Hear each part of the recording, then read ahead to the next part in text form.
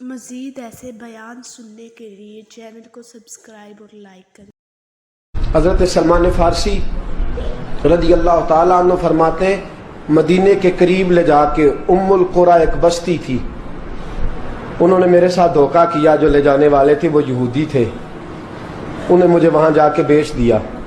میں شہزادہ ناز و نام میں پلا، وہ مجھے مارتے، مجھ سے کام لیتے، کہتے میں وہاں کئی سال رہا اور کہتا یا اللہ میں مار کھانے کو تیار ہوں پر مدینہ تو آ جائے نا، حضور کا شہر تو نصیب ہو جائے نا۔ حضرت جناب سلمان فارسی کہتے ہیں اس یہودی کا چچا بیٹا، اس کا چچا زاد بھائی، اس کا کزن بنو قریظہ یہودیوں کے محلے سے آیا، مجھے اس نے کام کاج کرتے دیکھا، کھیتی باڑی کرتے دیکھا تو کہنے لگا، توجہ ہے آپ کی، جاگ رہے ہیں آپ لوگ، میری بات کی سمجھ آ رہی ہے؟ کہنے لگا غلام بیچو گے؟ مجھے دے دو۔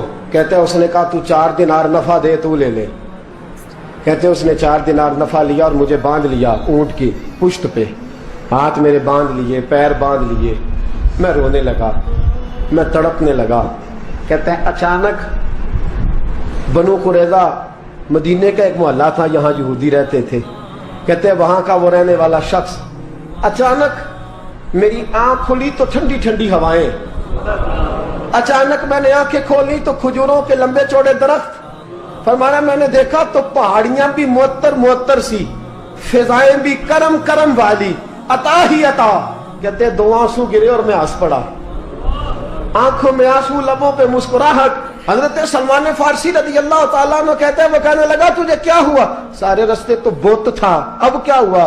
میں نے کہا میری تھکاوٹیں اتر گئی ہیں، میری ریاضتوں کا ثواب مل گیا ہے، میری عبادتوں کا اجر، فَلَهُمْ أَجْرُهُمْ عِنْدَ رَبِّهِمْ وَلَا خَوْفٌ عَلَيْهِمْ وَلَا هُمْ يَحْزَنُونَ، مجھے گوہر مراد مل گیا۔ کہتے ہیں اس نے مجھے وہاں رکھا، کام کاج کرانے لگا، وقت گزرتا گیا۔ ایک دن کھجوروں اوپر چڑھ کے میں کھجوریں توڑ رہا تھا، مست تھا، تھوڑی تھوڑی عربی میں نے سیکھ لی، ہلکی پھلکی باتیں سمجھنے لگا، جواب دینے لگا، فارسی نسل تھا۔ کہتے میں کھجوریں توڑ رہا تھا، میرے مالک کا بھائی دوڑا دوڑا آیا، توجہ ہے آپ کی، آیا آگے کہنے لگا بھائی پتہ ہے تجھے کیا ہوا ہے؟ پتہ؟ کہتا میں نے کوئی توجہ نہیں دی، یہ روز ایسی باتیں، پتہ ہے تازہ خبر کیا ہے؟ کیا ہوا؟ کہنے لگے وہ جس نے دعویٰ کیا تھا نا نبوت کا وہ مدینے آ گیا ہے، وہ جنہوں نے دعویٰ کیا تھا نا نبوت کا وہ مدینے آ گئے ہیں۔ حضرت سلمان فارسی کہتے ہیں جو کھجوریں میں توڑ رہا تھا وہ میرے ہاتھ سے گر گئی، یوں لگا کہ جیسے کسی نے آ کے نہ کسی نے آ کے کہا ہو کہ چل تجھے حضور نے بلایا ہے۔ فرماتے میرے ہاتھ کانپنے لگے۔ وہ کہنے لگا کدھر ہے وہ؟ کہنے لگا وہ وادی قباء ہے نا، آج بھی جا کے کوئی دیکھے قباء کا ماحول، آج بھی جا کے کوئی دیکھے قباء کا ماحول، طلع البدر علینا کی صدا آتی ہے، طلع البدر علینا کی صدا، کہ ہم ہیں بچیاں نجار کے، وہ ننھی بچیاں جو بیٹھ کر وہاں دف بجاتی تھی، رسول پاک کی جانب اشارے کر کے گاتی تھی کہ ہم ہیں بچیاں نجار کے عالی گھرانے کی، خوشی ہے آمنہ کے لال کے تشریف لانے کی، ہم ہیں بچیاں نجار کے عالی گھرانے کی، خوشی ہے آمنہ کے لال کے تشریف لانے کی۔ حضرت سلمان فارسی کہتے کبابٹ، کہتے میں جھٹ سے چھلانگ لگا کے اترا، پہلے میں آیا کرتا تھا پکڑ پکڑ کے، چھلانگ لگائی زمین پہ، اور میں نے اپنے مالک سے کہا یہ کیا کہہ رہا ہے؟ کہتے اس نے تھپڑ مارا، چل اپنا کام کر۔ کہتے پہلے وہ مارتا تھا تو دکھ ہوتا تھا، آج پتہ ہی نہیں چلا، آج پتہ ہی نہیں چلا۔ ہمارے جہاز میں ایک بابا جی بیٹھے تھے، جہاز میں بزرگ بیٹھے تھے، ان سے کسی نے کہا تھک تو نہیں گئے؟ کہنے لگے میری 11ویں حاضری ہے، تھک بڑا گیا ہوں پر جب گنبد پہ نظر پڑتی ہے تھکاوٹیں اتر جاتی ہیں، کوئی تھکاوٹ نہیں رہتی۔ حضرت سلمان فارسی کہتے ہیں اس نے مارا کوئی پتہ نہیں چلا۔ میں انتظار کرنے لگا کہ ذرا دن جلدی نہیں ڈل جاتا، شام جلدی ہو۔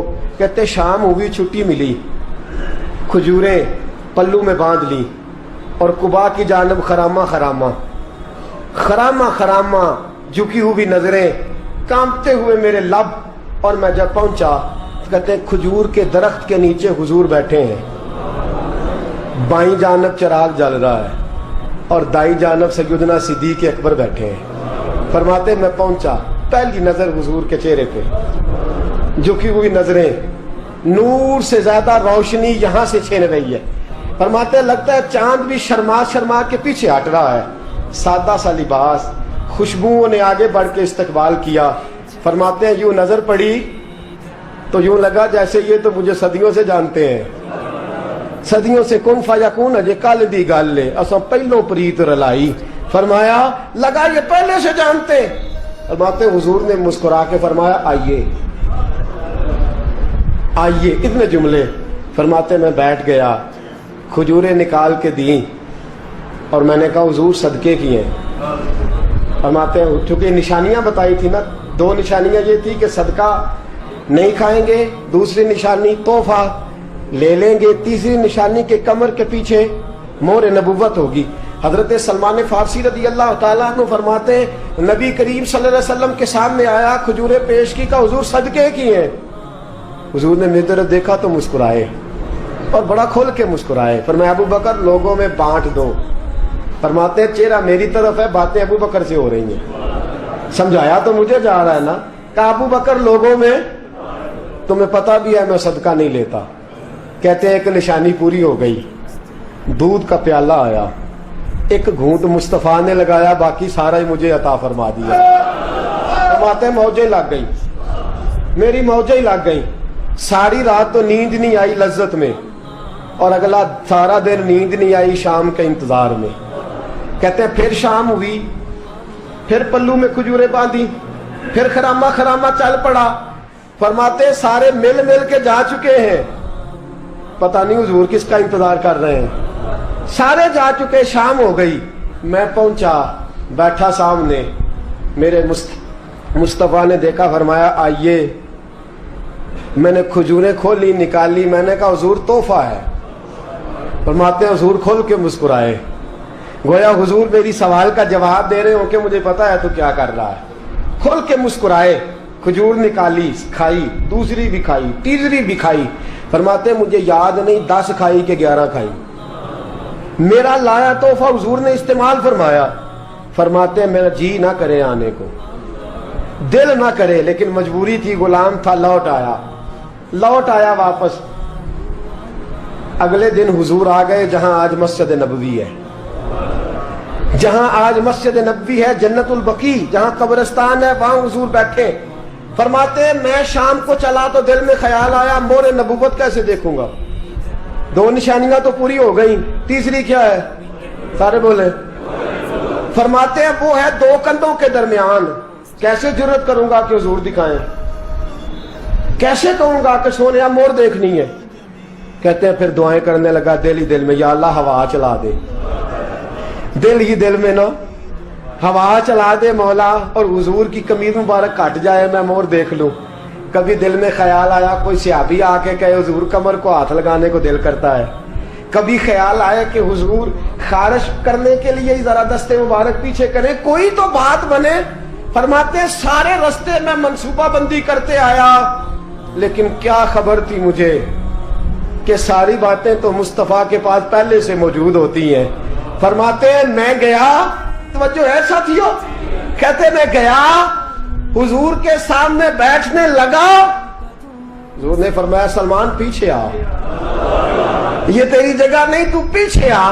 فرماتے ہیں میں وہاں سے اٹھا پیچھے گیا، جیسے ہی میں پیچھے گیا حضور نے قمیض پکڑی، مہر نبوت اٹھائی، میں نے کھل کے دیکھا، کھل کے چوما، کھل کے پیار کیا۔ پھر حضور نے بازو تھاما، فرمایا بس بھی کر، بس بھی کر۔ فرمایا نبی کریم کے قدموں میں سر رکھا اور میں پھوٹ پھوٹ کے رویا۔ میں نے کہا سونیا میری حیات کا افسانہ پوچھنے والوں، کہیں کہیں سے یہ قصہ پڑھا نہ جائے گا۔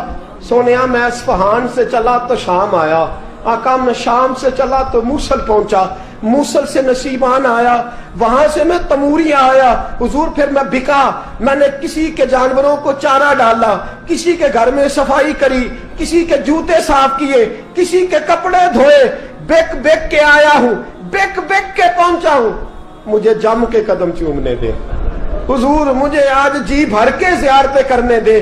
فرماتے حضور نے اٹھایا اور جب میرے رسول نے میرا ماتھا چوما، حضور نے جب میری پیشانی پہ بوسہ دیا تو فرماتے ہیں پھر میں نے پڑھا کلمہ لا الہ الا اللہ محمد رسول اللہ صلی اللہ، فرماتے ہیں پھر میں جانوں اور حضور۔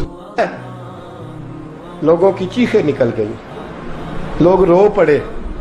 ایک بزرگ اٹھے، کہنے لگے عمر، جب سے سلمان آیا ہے یتیم بچیوں نے کہنا شروع کر دیا ہے کوئی ہمیں یتیم نہ کہے، جب سے سلمان آیا ہے بھوکوں نے کہنا شروع کر دیا ہے کوئی ہمیں بھوکا نہ کہے، جب سے سلمان آیا ہے بے آسرا لوگوں نے کہنا شروع کر دیا ہے اب ہمارے پاس بہت بڑا آسرا ہے، جب سے سلمان آیا ہے بے گھروں کو گھر مل گئے ہیں۔ کہا وہ لاچار بیمار جن کے قریب کوئی نہیں جاتا تھا سلمان انہیں پاس بٹھا لیتا ہے، خدا را ہمارا گورنر نہ بدلیے گا۔ حضرت سلمان فارسی کھڑے ہو گئے، کہنے لگے میں بوڑھا ہو گیا ہوں، اب میرے اندر طاقتیں نہیں رہی، خدا را کبھی ایسا ہوا ہے کوئی حکمران جائے تو لوگ روئے؟ رو رو کے لوگوں نے کہا خدا را ہمارا گورنر نہ بدلا جائے۔ حضرت عثمان نے کہا مجھے معاف کر دو، میں ایسے آدمی کا نام پیش کرتا ہوں جو مجھ سے بھی بہتر ہے۔ کون؟ کہا میں حضرت سعد بن ابی وقاص کا نام گورنر کے لیے پیش کرتا ہوں۔ حضرت اب وہ لوگ پتہ کیا کہنے لگے مدائن کے، کہنے لگے جی بالکل ٹھیک ہے، ہمیں وہ گورنر منظور ہے پر ہماری ایک شرط ہے، ہم ان کی گورنری تب قبول کریں گے جب آپ مستقل رہائش مدائن میں رکھیں گے، ہم آپ کو یہاں رہنے نہیں دیں گے، آپ کو وہیں رہنا پڑے گا۔ اتنی محبتیں، اتنا پیار۔ حضرت سلمان نے کہا نہیں، میں تو آخری وقت مصطفیٰ کے مدینے میں گزاروں گا، میں تو حضور کے شہر مقدس میں اپنا وقت گزاروں گا، میں نہیں جاؤں گا۔ وہ لوگ اتنا روئے کہ حضرت فاروق اعظم بھی رو پڑے۔ فرمایا اے سلمان آپ واپس چلے جائیں، ان لوگوں کا خلوص آپ کی محبت سے بہت زیادہ ہے، آپ جائیے۔ حضرت سلمان فارسی مدائن آ گئے، جناب سعد بن ابی وقاص رضی اللہ تعالیٰ عنہ گورنر بن گئے۔ 3 لوگوں کے ساتھ ہمیشہ کا، حضرت ابو دردہ تو وصال کر گئے، 3 لوگوں سے یارانہ رہا، ایک حضرت عبداللہ بن سلام سے، ایک حضرت سعد بن ابی وقاص سے چونکہ وہ پاس تھے، اور تیسرا اکثر ٹائم نکال کے مدینے جاتے تھے۔ کس لیے آئے ہو؟ کہا ایک تو روضہ رسول کی زیارت کرنے آیا ہوں اور دوسرا میں امام حسن سے ملنے آیا ہوں۔ ساری زندگی نبی پاک کے نواسوں کے پاس آتے، بات کوئی نہ کرتے، ذکر کوئی نہ کرتے، حضور کے شہزادوں کے پاس آتے، امام حسن سے ہاتھ ملاتے، امام حسن کا چہرہ دیکھتے رہتے، آنسو بہاتے رہتے، کتنی دیر کھڑے رہتے، امام حسن کی زیارت کرتے، واپس چلے جاتے۔ جب بوڑھے ہو گئے، زیادہ کمزوری آئی تو حضرت سعد بن ابی وقاص کو پیغام دیا، کہا کسی طریقے مدینے پیغام بھیجیے اور امام حسن سے کہیے میں آپ کے نانا کا نوکر ہوں، طاقت نہیں رہی اب چل کے مدینے آ سکوں، عمر مجھے پابند کر گئے تھے کہ میں نے، حضرت عثمان کا دور آ گیا کہ میں نے اب مدائن میں وقت گزارنا ہے، اگر ہو سکے تو آخری بار ایک بار مجھے آ کے مل تو جائیں۔ امام حسن آتے ہیں تو مجھے لگتا ہے جلوہ مصطفیٰ کی زیارت ہو گئی ہے۔ حضرت سعد بن ابی وقاص نے پیغام بھیجا، امام حسن وہاں سے چلے، مدائن آئے۔ جیسے ہی امام حسن دروازے سے داخل ہوئے، بوڑھے حضرت سلمان فارسی، بوڑھے، نکاحت اتنی ہے کہ اٹھا نہیں جاتا، امام حسن آئے تو حضرت سلمان فارسی نے رونا شروع کر دیا، تڑپنا شروع کر دیا، اٹھنا چاہا تو بستر پہ گر گئے۔ امام حسن قریب آئے، چارپائی پہ بیٹھے تو حضرت سیدنا سلمان فارسی رضی اللہ تعالیٰ عنہ کہنے لگے حضور میں بڑا پریشان ہوں، میرے لیے دعا کرے۔ امام حسن کہنے لگے میں جوان ہوں، آپ بوڑھے ہیں، دعا آپ کو کرنی چاہیے۔ کہا نہیں، آپ سے دعا اس لیے کر رہا ہوں کہ آپ کے نانا سے جو وعدے کیے تھے میں پورے نہیں کر سکا، آپ دعا کریں کہ میں حضور کی بارگاہ میں جاؤں تو مجھے شرمندگی نہ اٹھانی پڑے۔ حضرت سلمان فارسی رضی اللہ تعالیٰ عنہ سے امام حسن کہنے لگے وعدہ کیا کیا تھا، کیا نہیں پورا کر سکے؟ عرض کی حضور نبی کریم نے فرمایا تھا اتنا مال پاس رکھنا جتنا مسافر کے پاس ہوتا ہے. یہ حضور نے مجھ سے کہا تھا، میں وعدہ پورا نہیں کر سکا. دیکھیے میرے گھر میں کتنا مال ہے، کتنا سرمایہ ہے. امام حسن کہتے ہیں میں نے مال دیکھا تو ایک مٹکا پانی پینے کا، 2 پیالے پانی پینے کے، ایک مشکیزہ، ایک چٹائی وہ بھی ٹوٹی ہوئی. فرماتے ہیں میں نے کل مال کا حساب لگایا تو میں نے کہا حضور یہ تو 15 دینار سے زیادہ نہیں بنے گا، رو کیوں رہے ہیں؟ کہنے لگا امام حسن سے عجیب جملے ہیں، عجیب جملے ہیں. کہنے لگے طبقات ابن سعد میں، کہنے لگے اچھا اگر قیامت کے دن رسول پاک نے میری سرزنش فرمائی اور اگر نبی پاک صلی اللہ علیہ وسلم ناراض ہوئے تو اے سیدہ فاطمہ کے شہزادے آپ سفارش تو کریں گے نا میری، آپ میری سفارش تو کریں گے حضور کی بارگاہ میں؟ حضرت سعد بن نبی وقاص بھی آئے، رونا شروع ہو گئے. کہا ہاں مجھے امید ہے کہ آپ کی سرزنش نہیں ہوگی، آپ کو بغیر حساب کتاب جنت ملے گی. حضرت سلمان فارسی رضی اللہ تعالیٰ عنہ نے وصیت فرمائی. توجہ ہے آپ کی؟ لوگ کہتے ہیں تم نے آج یہ عشق کے ترانے ڈھونڈ لیے ہیں، پتہ نہیں کہاں سے لے آئے ہو. وصیت فرمائی امام حسن کو. کہنے لگے حضور میں پرانا نوکر ہوں، پرانا نوکر ہوں اور میں نے اپنی نوکری کرنے کی کوشش کی ہے، اب میں بچوں گا نہیں. اگر میں مر جاؤں تو میری خواہش ہے کہ سیدہ فاطمہ کا بیٹا میرا جنازہ پڑھائے.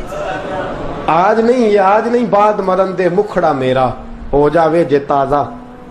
سمجھ لینا محبوب میرے نے آن پڑھیا جنازہ. امام حسن نے جنازہ پڑھایا اور حضرت سعد بن نبی وقاص رضی اللہ تعالیٰ عنہ ان کے قریب گئے. کہنے لگے جاتے جاتے کوئی نصیحت ہی کر جائے.